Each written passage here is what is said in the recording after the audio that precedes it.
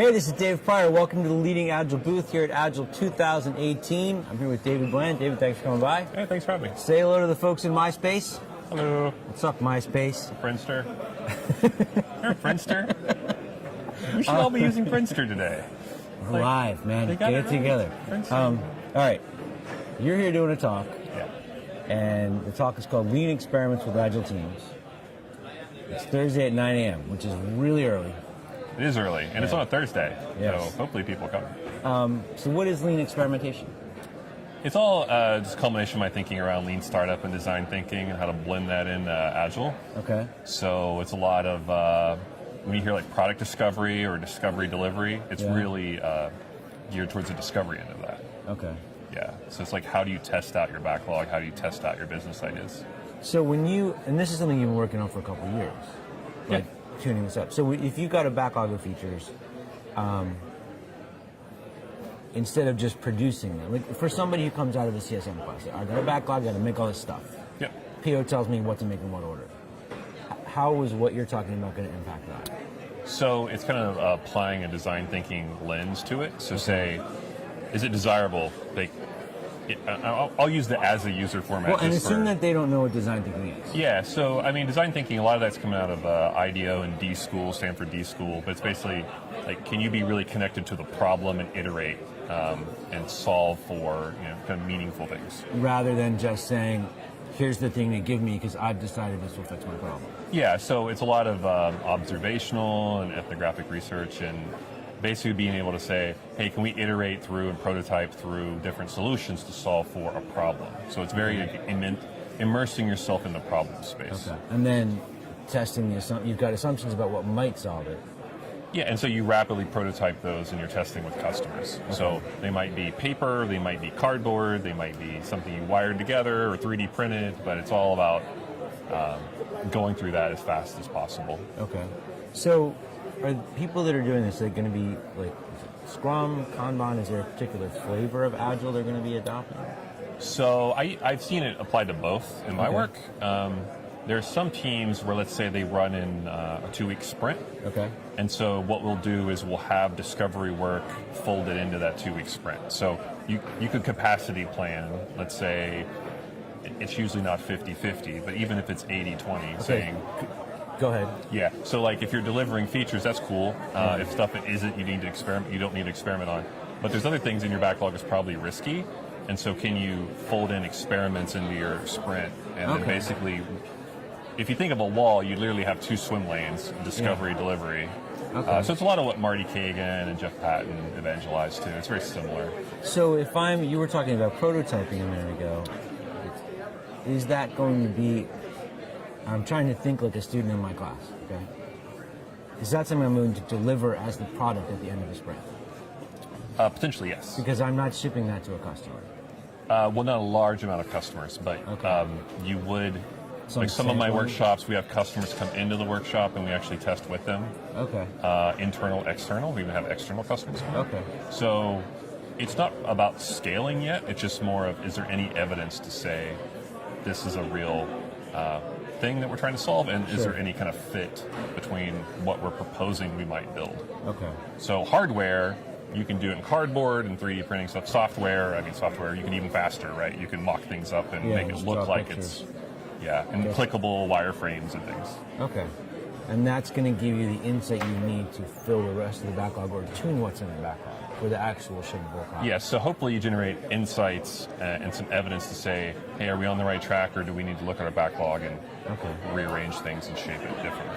So I'm familiar with the work that you do, but when I'm in my classes and I'm trying, like my PO classes, and I'm putting up you have to know what lean startup is, you have to know what design thinking is, and you're still trying to figure out what a Scrum Master is. It's overwhelming. Well, it is overwhelming, and it's a lot. I mean, to say to somebody, like, you have to learn all this stuff right now. Do you think, and I'm actually asking this, what is the best way to start? Like, should they just read Eric's book? Should they go to your site? What's... Yeah. There's a lot of already creative stuff under there in Creative Commons and open source that they can start with. I mean, D School has a lot of material online. Just go to Stanford D School. For the design thinking stuff. Yeah. For my stuff, I'm usually blending things together. Yeah. So if you want to do something like assumptions mapping and such, it's all out there in Creative Commons, and it makes it actionable. So you could say, hey, coming back to the design thing, like desirable, viable, and feasible. So desirable being, does anybody want this? Is there a problem you're trying to solve? Is there any market whatsoever, right? Viability being, is this a business? Is there a business model here? Is this something strategically we should be working on? And then feasibility being, can we execute on this? And you're going to have to test each of those separately. Potentially, it's kind of hard to compound them because it becomes a bigger and bigger thing, right? So, but if you look at your backlog even through that lens, or even your stories, and you could say, as a user, I want features so that benefit, for example. Right. I mean, it's a format that some people use. You could say, do we know who that user is? How do we know? Have we ever tested it with them, talked with them? Is there any evidence? This feature, you know, is it something we actually can do? you know, is it feasible? And it's not just technically feasible from governance, regulatory. Sure. There are other things of feasibility. I mean, you that may can not kill have the capability in your company to do it. And then benefit, you know, it's just customer benefit, but also like benefit to the business, and is it viable? So I think it's a really interesting way to look at a backlog, which is pretty challenging because it's a stack of things. Yeah. And start giving people tools to look at it in a way, kind of like story mapping does, to say, okay, this isn't just a stack of requirements for me to go execute on, but we're making some assumptions in here, and then can we do smaller things to test those along with our delivery work? So I think the teams I'm running with, they kind of get addicted to it because they have a dashboard of saying, wow, this is the business metrics and this is how we influence them. Right. And they're looking at that dashboard like, hey, we just released some stories. What happened? You know, versus other teams that if you don't have that insight, you're kind of just like pulling the new stuff in. Yeah. Did it have an impact? I don't know. I have more stuff to work on. Okay. So what kind of companies? I mean, we're having this conversation, and there's like always stuff running in the back of my head, different questions, and a bunch of the questions popping into my head. I'm like, I don't think you're going to be interacting with companies where certain things might be a problem. But what kind of companies do you work with? I work with all kinds. I mean, it's amazing. So I work with like chemical companies, manufacturing companies, automotive companies, service companies, software companies. I mean, are they already bought into the approach when you get there, and is that how they come and find you, or do you have to like convince them? Well, even if they're bought in, it's not evenly distributed across even the executive team. But there's usually somebody that says, look, we need to start thinking about this stuff. Yeah. I've read Lean Startup, I've read Business Model Generation, I've read some design books, and now I'm kind of struggling with how to get my team to get it, and having somebody come in and facilitate on your real business ideas, product ideas, helps, because then you can say, well, this is what it looks like for you. Okay. And then it's usually stuff they've already been talking about, or they feel like, oh, I was really worried, did anybody even buy this thing? Yeah. And that's a really terrible position to be in when you're every day, you're churning on stuff, and you're like in the back of your mind nagging, does anybody even care? So I'm curious about what happens when you walk in and you get the, oh no, I know. I know in my gut this is what we have to do. And you're only bringing logic to that problem. You know, we should actually figure out if you're right. No, I know. How? And some of that's hard, right? So I can't control how people respond to data. Okay. But it's like, what if we just go check? What if we generate some evidence? I'm sure you're right. Yeah. Let's go see the evidence. Prove that you're right. Yeah. Okay. And sometimes they are right. I mean, all these industries I work in, I'm not a domain expert in any of them, right? I mean, I have some experience in all, but I'm not trying to come in and say, you know, I know best, or let's just go prove what you already think you know. But you are expert in a process that can help you figure out. Okay. Right. So usually what I'm working with, when I'm working with startups, it's startup accelerators that are pre-seed or seed funding. Okay. When I'm working with corporations, it's usually new products, emerging products, innovation labs, incubators, R&D groups. Okay. And I think out of all those, R&D groups fascinate me the most because it's kind of a customer-free zone where they can just play with tech. Have ideas. And then they can throw it over the wall and go, okay, make a business out of that.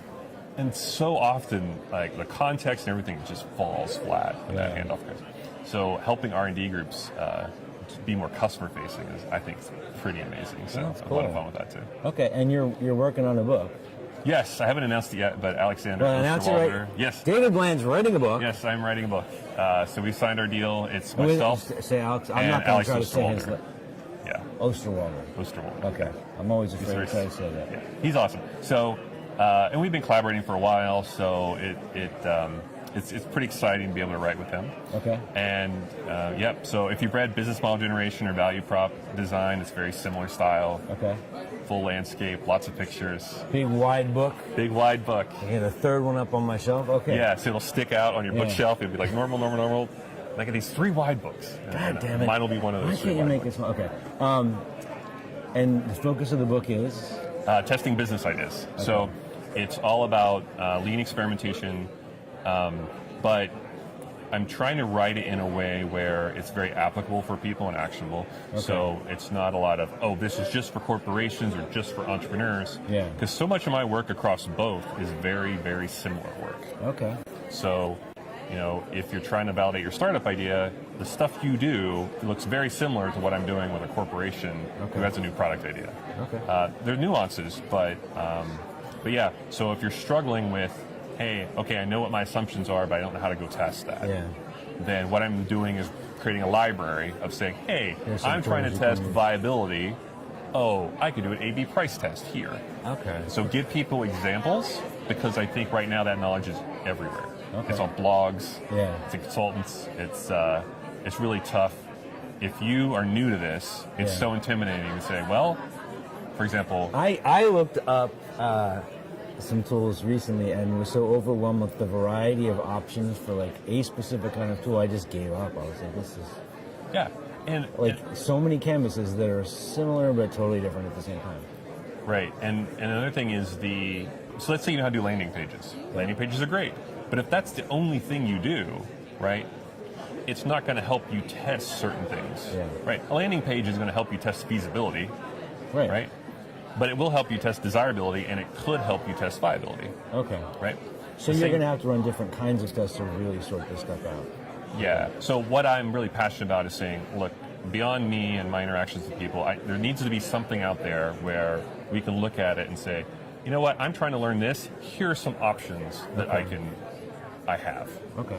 And I think right now it's so overwhelming and it's spread across everywhere that it's really tough to even if you know what you have to learn, it's really tough to match the experiment back to that to generate what you need. Cool. And when will the book be available for humans to mess up their bookshelves with? Yeah, we don't. So I have to have everything in the future. So I have to have everything to the publisher in April. Okay. So it's post-April sometime next year. Okay. When that exact date is, I don't know yet. All right. So after April, and if they want to follow you on Twitter, they can go to David J. Bland, or they can go to precoil.com. Yes. They can.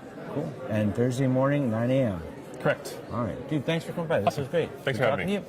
Keep watching. We're going to be doing these all week long from Agile 2018.